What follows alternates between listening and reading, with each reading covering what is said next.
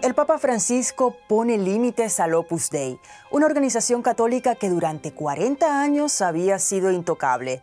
El pontífice reforma con un motu propio, un documento papal, al influyente grupo católico conocido por sus posiciones conservadoras. El Opus Dei no seguirá siendo, como hasta ahora, una diócesis con autonomía, sino que tendrá que rendir cuentas.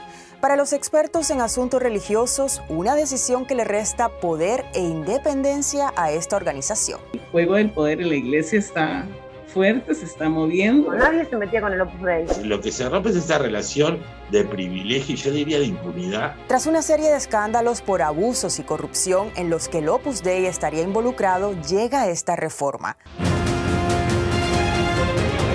¿Qué motivó al Papa y qué consecuencias tendría en la Iglesia Católica en Latinoamérica? Veámoslo en contexto.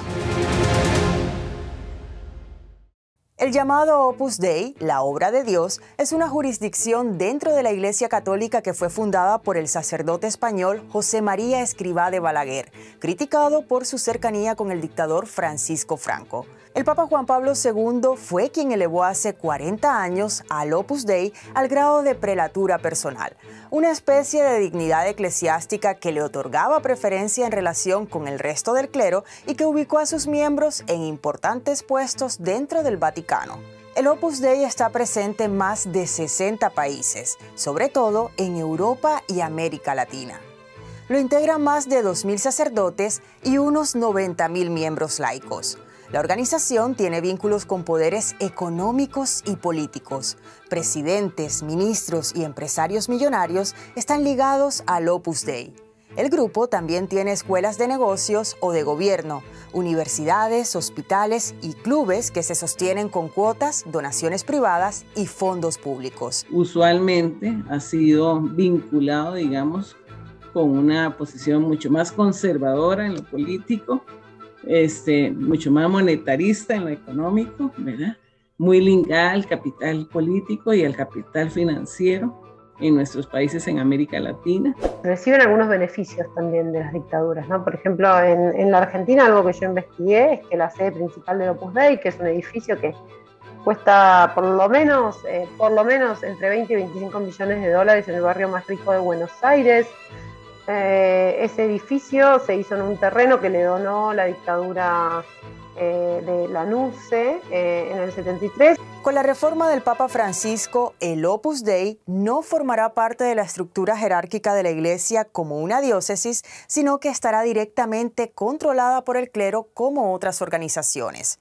El Opus Dei deberá presentar un informe cada año en vez de cada 5, como se hacía hasta ahora, y el líder de la organización no podrá ser obispo.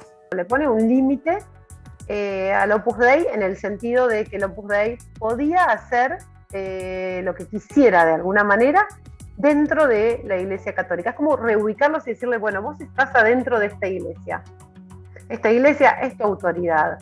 A partir de ahora vas a tener que responder a nosotros de alguna manera, que era lo que no venían haciendo. Si pasara a tener una autonomía económica total, a que haya una evaluación económica externa del Vaticano y el hecho de también fiscalizar la formación de los sacerdotes, de los laicos, de los creyentes en general y qué prácticas llevan adelante en sus establecimientos, yo creo que también eso señala claramente un nivel de desconfianza importante. Desde la oficina de prensa del Opus Dei han manifestado que acogen la decisión del Papa y aseguran que la reforma no tiene nada que ver con jerarquía o poder. Dentro de las razones que impulsaron al Papa a realizar esta reforma, se señalan los escándalos de abusos sexuales y de poder del Opus Dei. El más reciente, el de 43 exempleadas domésticas de Sudamérica que denunciaron a la organización ante el Vaticano por servidumbre y explotación. A los 13 años me hablaron de ir a un internado donde íbamos a aprender un montón de cosas. Te enseñan a trabajar y a trabajar. Nunca vi plata en mis manos. Entonces, ¿cuáles serían las consecuencias de la reforma al Opus Dei en la Iglesia en América Latina? La Iglesia está tratando de renovar su imagen y esta decisión no puede despegarse de eso, relacionada con una denuncia otra vez, ¿no? Y con esto de que lo que yo creo, lo que se espera, lo que viene pasando es que esta denuncia contra el Opus Dei sea la primera de muchas denuncias. Es mucho más una llamada de atención para los católicos. Es una señal para decirles, miren, hay un movimiento conservador, lo tengo muy claro, existe, y yo lo que estoy haciendo es ponerle freno a esto. El Papa está tratando de reformular el catolicismo para América Latina. Lo que va a suceder es que va a seguir siendo una institución muy fuerte, pero no va a crecer.